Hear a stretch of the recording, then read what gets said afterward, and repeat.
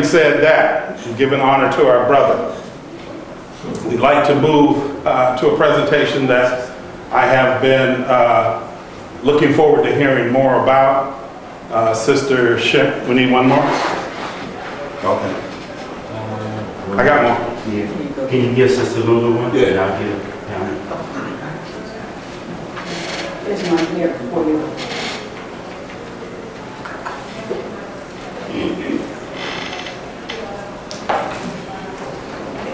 I had the opportunity to meet with Sister Sharon White last week. We've had some back and forth phone conversations about an organization that she's putting together or has put together called Genesis 1. And after we spoke about what this organization is about, I said, yeah, we definitely would like to have you do a presentation for SRDC about this program, because when we talk about networking and collaborating with other folks, and when we work under the umbrella of the theme, cooperative economics, here it is. And so I'm really happy to give her the floor to share with us information about this particular organization, Genesis 1.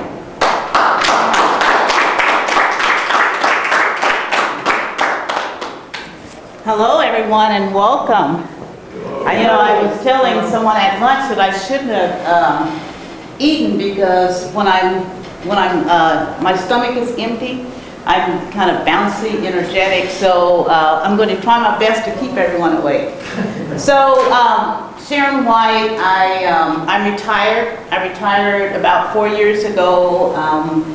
I worked for the city of Seattle for 25 years. I was the deputy director of a major utility, Seattle Public Utilities. There was my boss, there was me, and then there were the 1,400 plus employees that I had.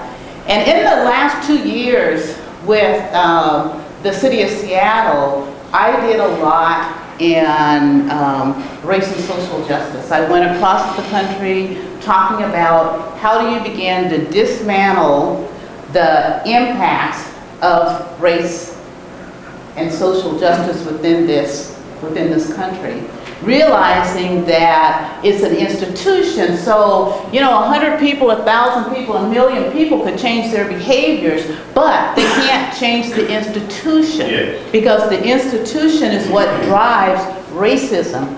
And it takes every person within this country to change it. And there are benefits that white Americans get at the expense of black Americans. And when we talk about Genesis 1 and our mission statement, creating wealth through ownership and community. And Brother Washington said, you define the problem. So as a community, we don't own anything. We don't have an economic base in this country. So define the strategy. It's Genesis 1, it's the executive summary, it's the strategic business plan, and then the implementation. We're right now in the evaluation process, because once you implement, you evaluate as you go. And I'm sorry the young men have left, because I told them that they needed to come back, they needed to listen to this. And it's something that you said, Ron, the youth represent the promise of tomorrow. And so what we build is for naught if we cannot bring along the youth to step into our shoes when we're no longer able to do it. So our plan is to create shared ownership within our community. And I'm going to take the next 15 or 20 minutes telling you how we've gone about doing that. No, right. It's upside down. You have to be upside down, yeah. That's why. Yeah. Okay. So the company, Genesis 1, is a limited liability company. It was formed and created within the state of Washington as an investment vehicle that can lead to wealth within our community. Our mission is to build a network of people, a network that moves an entire people from being owners, from being consumers. In the United States, African Americans are considered the perfect consumer. The media, the news articles, I Googled African American power, and that's what came up. In fact, these are the things that were said about our people, and these were supposed to be positive comments. So, we're among the most powerful group in this country. We will have a projected buying power of $1.1 trillion by 2015. We remain at the forefront, Black consumers, of social trends and media consumption. They didn't say read many books. We are 43 million strong. We are high users of media devices, such as gaming consoles. We talked about, entertaining our children with iPads and iPhones. African Americans use mobile devices for downloading and viewing video and music at 30% and 10% respectively higher rates than the general population. And this is the killer, is that being a perfect consumer is not an economic base. They say we have the power to make or break companies, but we do as a buyer, not as an owner. That's where our power base is. So the plan, it's a journey, and I call it a journey because it requires a commitment from us. By coming together as a people, we can begin to demonstrate how working together and pooling our resources, we can succeed in acquiring property beyond the ability of any one individual. So at the broad level, Genesis One is a company that brings together African Americans throughout the United States for the purpose of purchasing real estate. And that's the anchor, but it's not going to be the only thing that we do, but it's the anchor that will get us to wealth.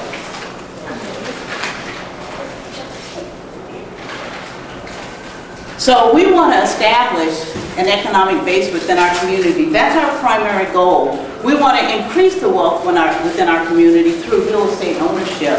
And we don't just buy those properties, residential, commercial, multifamily. We retain those assets that we purchase, and we purchase the properties for cash, so there's no middle person, like a mortgage company, taking 90% of the money for 15 or 20 years. The model that we're creating is a network of 338 members. And there's a lot of reasons why we should act now. Every culture that has come to this country, including the culture that was already here, has been able to create an economic base. African Americans have not, and there are a lot of reasons why we are who we are and where we are. We talked about some of the Jim Crow. We talked about, divide and conquer based on color, based on, socioeconomic levels, based on if you're short or tall, big or small. But, those things should not be a deterrent in what we need to do as a people. And we do need to create an economic base in this country. And if we don't do it now, I don't think we'll ever have another chance to get it right. And, real estate, property ownership, land ownership is how most of the wealth was built in this country. Oh, I wanted to go, we want to secure a brighter future for ourselves. We want to secure a better future for our children. Because what I'm going to present is something that is completely willable. Members of Genesis One, they pay one price, one time. And what they get from that is a guarantee of a lifelong income. There's no place that you can go and make one initial investment and be guaranteed a return for the rest of your life. And it's about, how do we earn money, how do we enter into long-term lease arrangements, and how do we pay ourselves first to keep on growing. So we need to work together to bring about a positive change within our community. And, sometimes I watch the weather on the news because when you look at it, the things that they pick out to talk about almost always shows African Americans in a bad light. And when they talk about something good that's happened, it's almost like it's the exception and not the norm. So how are we going to do this? The limited liability company is the business structure. The agreement is the foundation. One thing that we're good at not trusting each other. And so the agreement really talks about how we interact within a company as individuals. And it's the granularity, because the state LLC requirements are very broad in how they're defined. This provides granularity as interacting together in a company. So what have we done to date? We've already started to build the 338 members. There are 13 founding directors, 13 directors, and 312 general members. Genesis 1 is the model that we plan to duplicate across the United States. We are not going to start another company until we finish Genesis 1. And we've been learning as we go as well. There are 5 other cities that are interested in building a community, but they can't get started until we finish Genesis 1. Within Genesis 1, we've got members from Nevada, we've got a member from Atlanta, we've got a member from Connecticut. Most of the members are in the states of Kansas and Washington state, however. So this meeting is going to lay out that plan and that foundation to commit to this journey, this movement. So what's been done to date? Well, we're in the building process. We've got about 100 members. The licensing, the business requirements are in place. We've established a relationship with the financial institution, and we interviewed the banks to determine if they were able to provide us what we needed. And so there was one bank that allowed us not only a relationship, but they allowed us access to their financial system. So the commitments that are made, they're electronically transferred from the person's account to Genesis 1. And I go in and I'm able to set that up, and what they do is they just simply do the transfer. So we purchased our first and second property. We've remodeled it, we've updated it, and we're already into long-term lease arrangements. And then there's a community news that provides quarterly updates. And this is our kind of website. And I've got business cards, so you don't have to write it down. My website is on the business card. So how does it work? There's a total commitment of $4,000. And when we started with like 5 people in a room saying, what do you think about this idea of pooling our resources in order to bring about wealth in this community through real estate ownership, purchasing property for cash, and being able to retain those properties. And people ask, well, when am I going to get my money back? And wealth doesn't come overnight. We've got a lot of black people that are rich. We've got a lot of people that are rich. But wealth is all about making money even when you're sleeping. There's nothing that you have to do every day for the wealth to happen. So the contribution is $4,000. The members contribute a monthly amount, a minimum amount of $67. And we do that is because we want young people, we want anyone that's able to pay this amount to have an opportunity to be part of Genesis 1. And what we say is if you're looking for something, buying and selling overnight, money in your pocket, this is not the thing for you, because this is about building wealth over time and retaining that wealth, and then paying yourself and reinvesting in yourself. We've been purchasing properties. We're currently looking for a commercial property. What's really going to be interesting is where the properties are, what the properties look like, and how much we pay for them.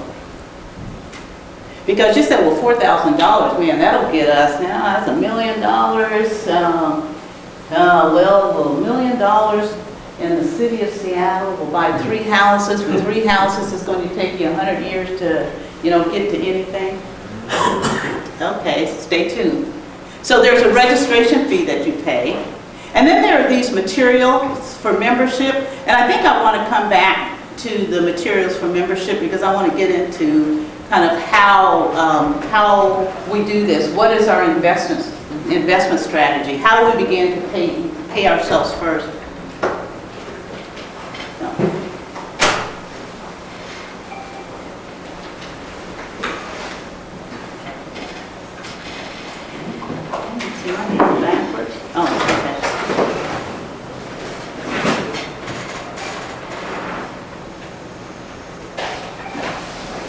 So where we begin to purchase our properties, we purchase where we can afford. Wichita, Kansas, property values are reasonable. The real estate purchased through auctions come with a clean deed. We've got members in the state of both Washington and Kansas that are donating their times, their talents, and their resources because they believe in what we're doing. Genesis 1 is going to be the model that we market across the United States. So when you look at being able to take $1 million, say for instance, and purchase real property, then you can think about this in the math part of it, you mathematicians out there. So if you're paying anywhere between $4,000 and $12,000 for a rentable property, how much can you buy with $1 million?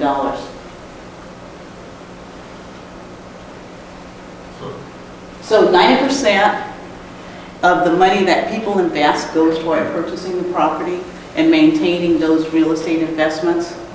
There's a 10% set aside, and that's just to cover the documents, purchasing forms, developing programs. Everyone that is part of Genesis 1 is dedicating their time. I've spent thousands of hours on this program, and I dedicate my time, my talent. No one gets paid, as my husband always says, until everyone gets paid. That's what it's all about. It's about giving back to the community for the purpose of trying to build an economic structure within this country that works. And it's not rocket science, but it does require African Americans coming together, pooling their resources for the purpose of having purchasing power beyond any one person. So the ownership, this is how it breaks out. On the left-hand side, it shows the ownership between groups. On the right-hand side, it shows the reinvestment strategy. When I had talked about founding directors, directors, and members, founding directors are not only responsible for building Genesis 1, getting up here, doing the presentation, doing what I'm doing, they're also responsible for teaching and training the subsequent communities. We've got communities that will go up in Nevada, Oklahoma, Atlanta, and Seattle. There's a brother in Seattle that wants to start a Genesis company here. So founding directors will be responsible for training and setting up the financial structure, the infrastructure of the companies. The directors, which, Lawrence is one of the directors, they're also responsible for standing up here doing what I'm doing, being able to present the information, knowing the material, knowing how the program works. And so once Genesis 1 is built, their responsibility as far as a commitment to building Genesis 1 is a stakeholder. And for general members, we ask them that, you know, you need to talk to people about Genesis 1, you need to bring them to a meeting, but there isn't well, there is an obligation, but it's not like with the directors and the founding directors, where they're required to understand all aspects of the programs. The members, although it would be great if they did, they're not responsible for doing that. So for the total ownership, so this is the property that we purchased. So we're not selling the property. And when someone said, well, would you sell the property if you got the right price? I said, we would be a fool not to. I mean, because that would give us just more working capital. But for the most part, we purchase property, we retain those properties, and then we enter into long-term lease arrangements. So the reinvestment strategy, it's like, well, you know, what happens once I've completed or fulfilled my payment? Well, the profit, at least 50% of the profit gets reinvested back into the company. And then the remaining 50% of the profit is distributed through to the general members, the founding directors, and the directors in those percentages. Because one of the byproducts of what we're doing, it creates jobs. There's got to be a way to manage those jobs at the national level. So there's 4% of the profits that would go back into creating a central human resources. And it's about being able to employ our own people. It's about having the power to make decisions, and it's just not a voice that people say, we'll take you into consideration. It's about creating an economic foothold in this country where, you know, I think we belong. And it's taken us kind of this long to try and get there. And I know throughout history, we've been there, and it's been taken away. We've been there, and it's been dismantled. We've been there. And when the brothers said, you know, I think sometimes we're worse off than, you know, when they had Black Wall Street, I agree with that. I mean, we have more money, we could buy more stuff, but we have a whole lot less power. And central administration, which is kind of the forms and all the other documents that get created. And so what this shows is the ownership pie for the properties. And they have value too, because people think about money as being something tangible in their hand. When you own 65% of all the properties that get purchased, you know, it's money in your pocket, and it has value. And so there's an ownership pie that shows the general membership sharing in 65% of that ownership, the founding directors 25%, and the directors 10%. And this is just another way of looking at the matrix. You know, I love tables and matrices, but this is kind of the visual of this blue part over here representing the reinvestment strategy for Genesis 1. How do you continue to grow? How do you continue to keep growing yourself? And you do it by paying yourself first. So you say, why commit? It's why commit? Why be part of Genesis 1? History is based off the first. Genesis 1 is the first. It will be the model that gets duplicated across the United States. And unlike some of the other communities that I think will get built, Genesis 1 will be the one that has members from throughout the United States, because they do want to be part of the first. You become a stakeholder, you become a part of a community of owners. It's a part of history. As a people coming together for a common good, for a common purpose, for a common goal. You know, we have been successful all of our lives. Everything we've set out to do, whether it's in, you know, science, entertainment, sports, African Americans have succeeded. and we could do this. And this really is about leaving a legacy for your family. It's about moving a whole community from being simply consumers to being owners. And I know we don't have to show anybody anything, but we could demonstrate to this world that when we come together as a people on one accord, we're strong and we're unstoppable. We're resilient. We survived slavery. We survived. Well, you know, when it comes to not having a lot of money, we know how to stretch a dollar. I remember growing up, you know, we would have beans 3 days a week, and, you know, the last 2 was chili because you threw a little hamburger in it. Commitment, when you think about, you know, what is $67? You know, I went over to Starbucks and I bought 2 little somethings and it was over $5. I paid, it was $5.58. It's a good thing I had a gift card. So the decision you make is really about your future. It's about investing in your future, and it's within your hands.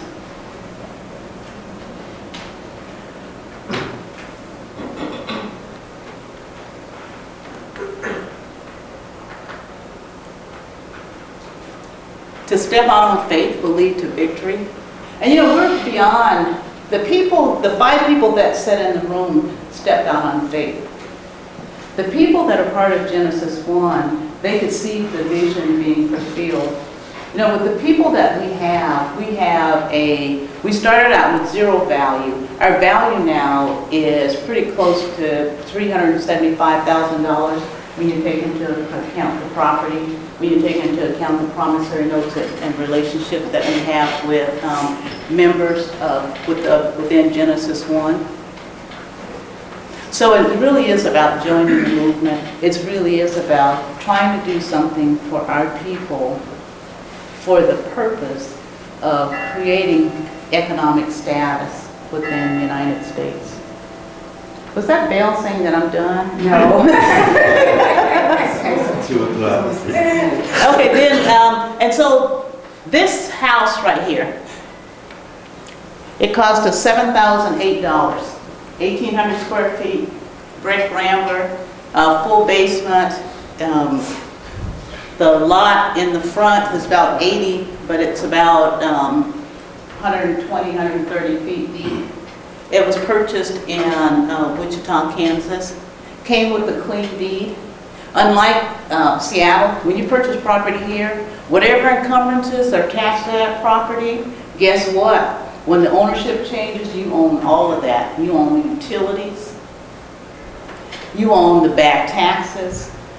You own, if someone made a loan between when they got rid of it and you took it, you own that too. You own that new loan. But auctions that are purchased that, or property that's purchased at auctions or purchased at the county auction, you get a clean deed, and you're responsible only for the first year taxes, the current year taxes. So that was our expensive house, our $7,000 house. Now this one is our $4,000 house. And we go in there, we do remodeling, you know, there's new carpet. One of the founding directors in Wichita donated the cabinetry, did all of the work, built a new kitchen, new bathrooms, hardwood floors, and it's a 3-bedroom, 1-bath home, or 2 bedrooms and a fairly large rec room, and 1 bath. So this was $4,000. And so when you think about spending that kind of money, it buys you a lot of real estate. It buys you a lot of real estate. So that's it. It's a simple concept. It's not rocket science, but we could do it by coming together and pooling our resources. Is all your property residential? Do you buy a business property? We're looking to buy a piece of commercial property or multifamily property. But when we started, we didn't have that much money, so we want to build. We have some money, but we haven't got tons of money. I went to an auction, and I couldn't buy it because we weren't financially in a place to purchase it. But there was a half of the city block in downtown Wichita, right near the river walk, that sold for $280,000. And it had a huge, 17,000 square foot, fully updated complex on it.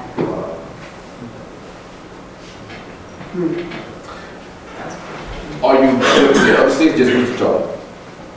Well, if you find, the good thing about buying in places where you have people, they're able to do the work and it defrays the cost. You So you have people well. It's just in Wichita? No, we got people here too. Okay. But we buy property that's, reasonably priced. And if there was something here, I mean, even if it was for $40,000 in Washington, we buy it. But we don't have that kind of property. Okay. Are you buying to, maybe I missed it, you're buying to resell, you're buying to? No. We're buying to retain those properties because wealth is based on what you own and what you have, not what you can sell. So you're renting them out or you just, okay. We're in the long-term lease arrangements. And we do residential, commercial, multifamily, no vacant land right now, simply because it takes too much money to get into a place where you can use the money. So as time goes on, the better it gets. Will there be a time where that you can sell?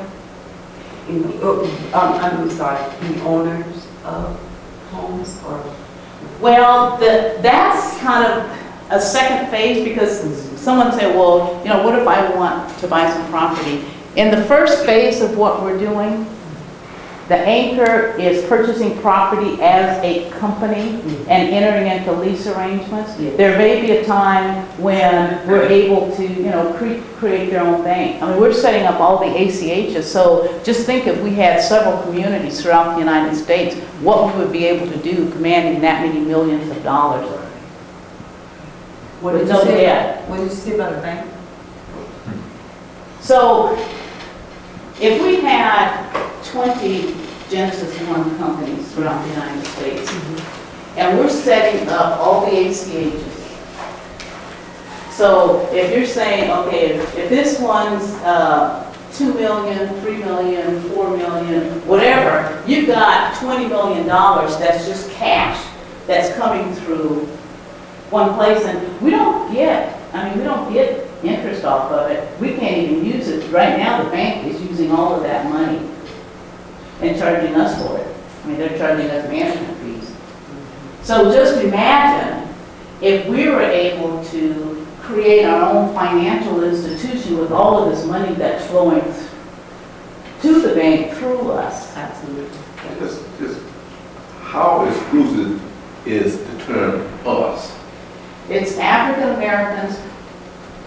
We don't deny anyone from being part of Genesis One, but it's all by word of mouth.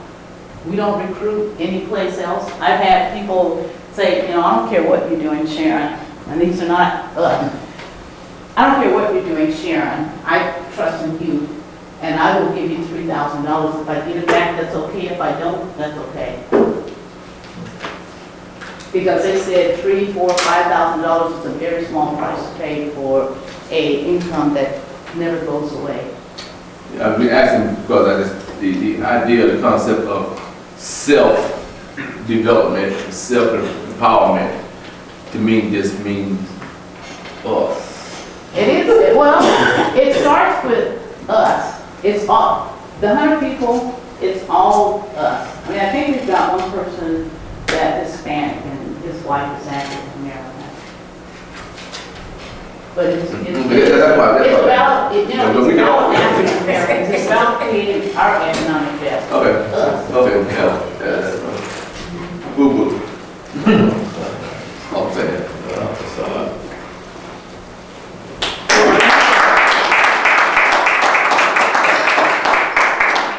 fund in places where the economy is strong and there's jobs there, how we can maintain? One other thing,